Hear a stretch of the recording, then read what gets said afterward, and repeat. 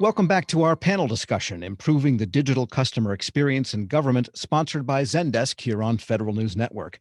My guests today are Dr. Linda Davis, the Chief Veterans Experience Officer at the Department of Veterans Affairs. Ed Walters is the Chief Customer Officer at the General Services Administration. Maria Country is the Regional Vice President at Zendesk. And Chris Green is the Deputy Chief Operating Officer for the Student Experience and Aid Delivery for Federal Student Aid at the Education Department. I'm your moderator, Tom Temin. And someone mentioned artificial intelligence, and I want to ask about that as one of the many technological tools and strategies you might be employing to kind of power up the next generation of customer experience. And Linda, why don't we start with you? What are some of the tools that you need to rev this up, and how are you applying them? Well, Tom, this is one of the back end essential parts, as Maria mentioned, that's so important to making sure the nuances of being able to answer a customer in real time and with awareness of what their concerns are. It's so essential, but it's not the part anyone sees. So we hope not. In 2019, the VA launched our National Artificial Intelligence Institute. And that has enabled us to adapt and adopt AI to help address a wide range of impacts, especially right now during the global pandemic. This has enabled us to be more responsive to support the care needed by our veterans and their families.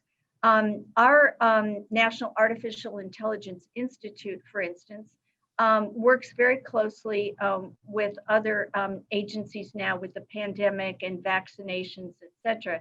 It also works with the Department of Defense, and we have a joint AI center, and that helps us learn how our incoming veterans, those who are in active duty military service now, what they're going to need, what's important to them, kind of anticipate the numbers of those who will be using our hospitals, for instance.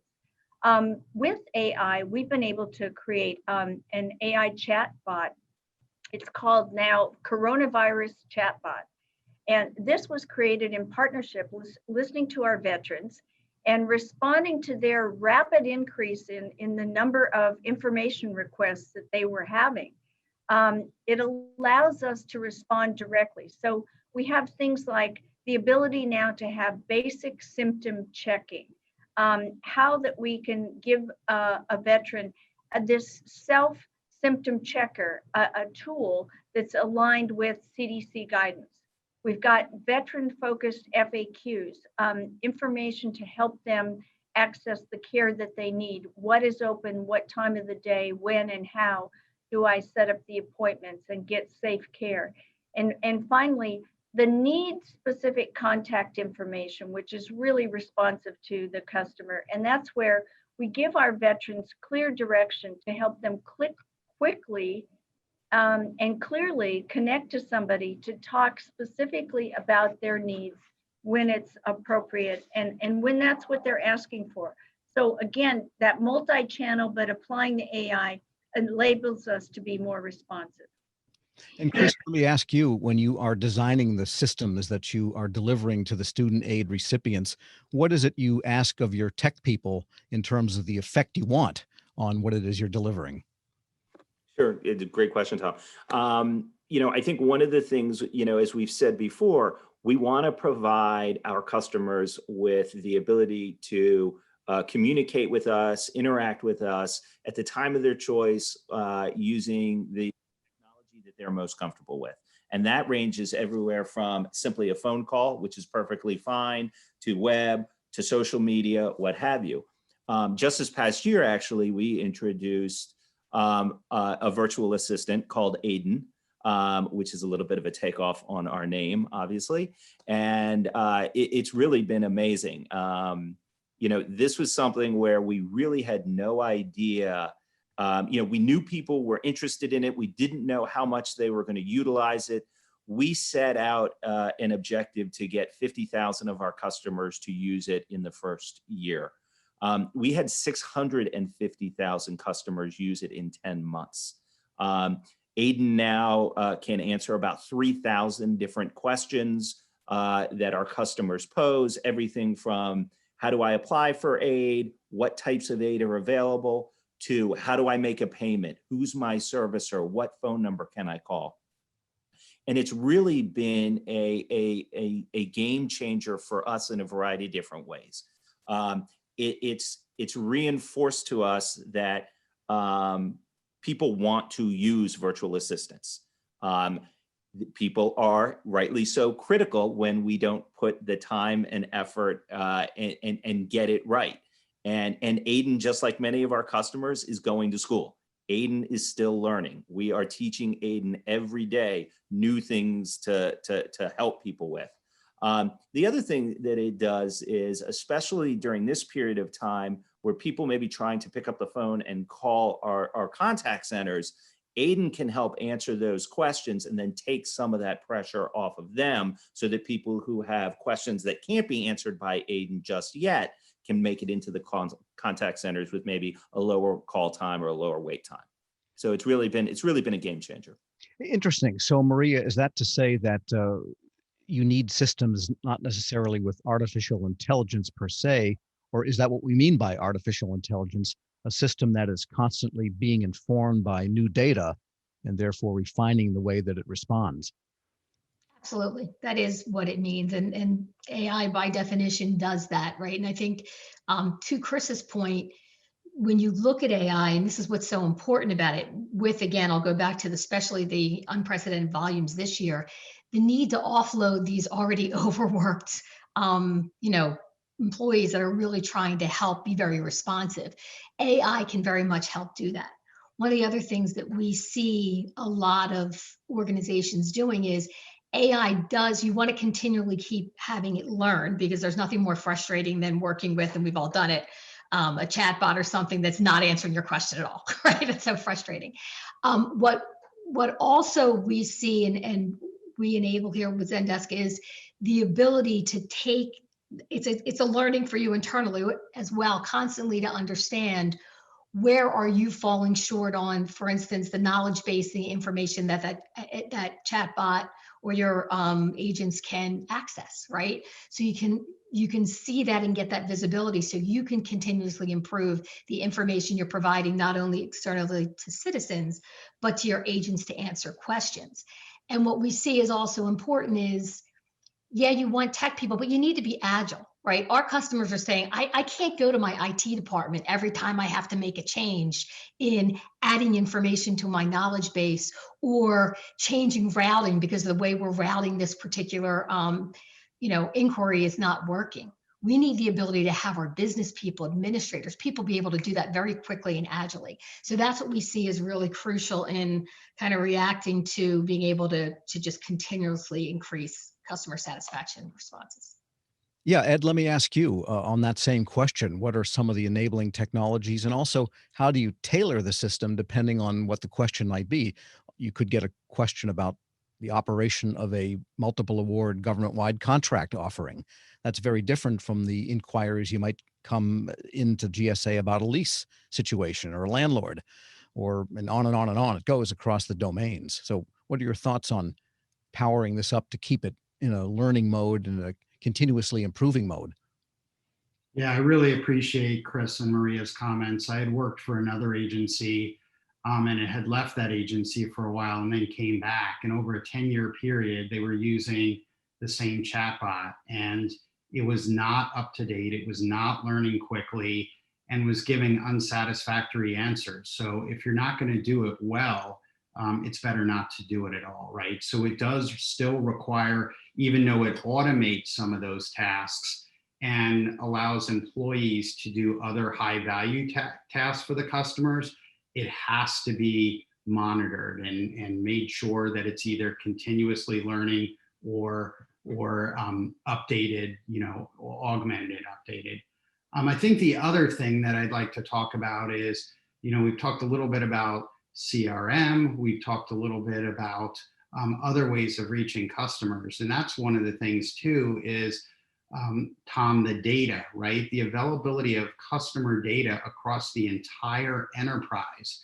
And typically in federal government or in the past, data was very siloed and customer data didn't go into one place.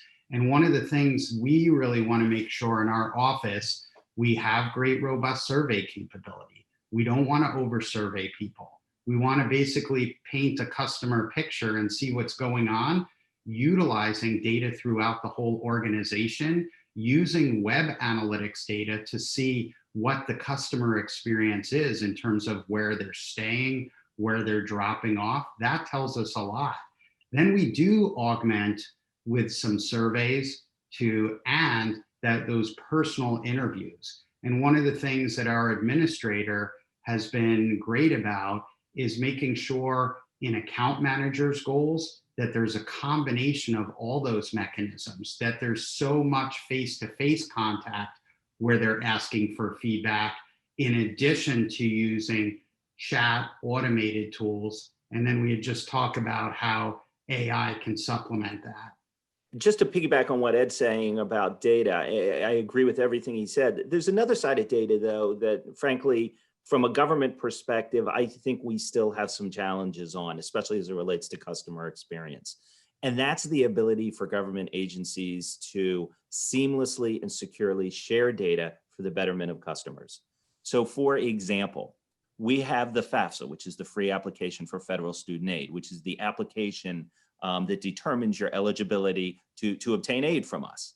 That has a question library of something like 100 questions. And we've taken great steps over the years to simplify that using skip logic to reduce the number of questions down that are presented to people. And we are going to take more, given some legislation that just came through. But the fact of the matter is, we're all from government. We all have the same data. We know, what people are. You shouldn't have to answer more than 1 or 2 questions. What's your name and what's your unique identifier? And we should be able to gather that from our different, government colleagues to make it a far better experience for customers, as opposed to creating these applications and there's 1,000 different examples of this.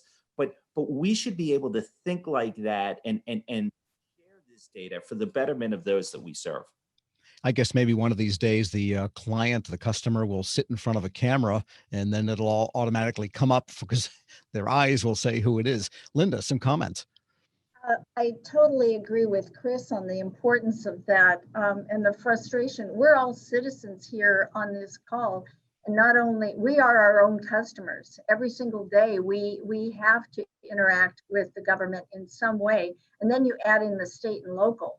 I just say that while that's the ideal state, Chris and Tom, the challenges we have seen just between DoD and the VA, where you have essentially the same customer just at different points in their life cycle, just trying to integrate their medical records through the electronic health record using different platforms and our VA profiles to collect even the same address, the home of record, the same benefits information so you can be rated.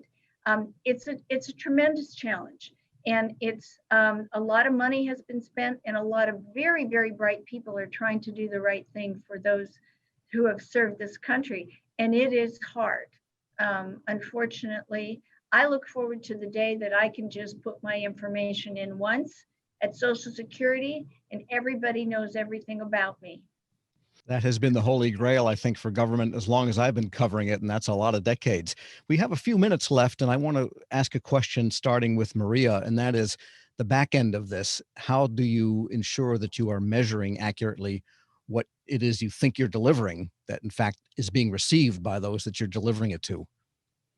Yeah, and I think that part of it is really starting with what's important to the customers. I mean, I can talk about what a lot of our, like we see agencies, organizations, and even on the private sector.